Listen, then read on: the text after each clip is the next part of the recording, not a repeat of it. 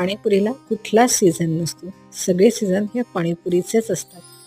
इथे आपण आता झटपट पाणीपुरी तयार करतोय. चणे घेतले, त्यामध्ये मीठ, थोडासा सोडा, पाणी घालून कुकरमध्ये ठेवून दिलं.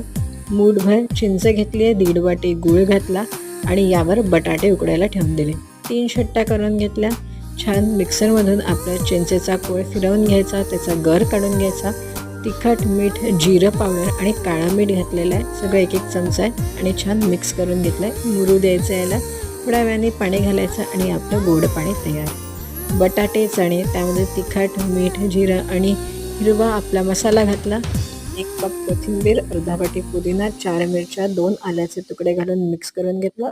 1 लिटर पाणी, त्यामध्ये साधं मीठ, काळं मीठ, थोडंसं मिरे पावडर, तिखट, आमचूर पावडर, जिरं, हिंग, 1 पूर्ण लिंबाचा रस आणि पाणीपुरी मसाला आणि पाणीपुरी तयार.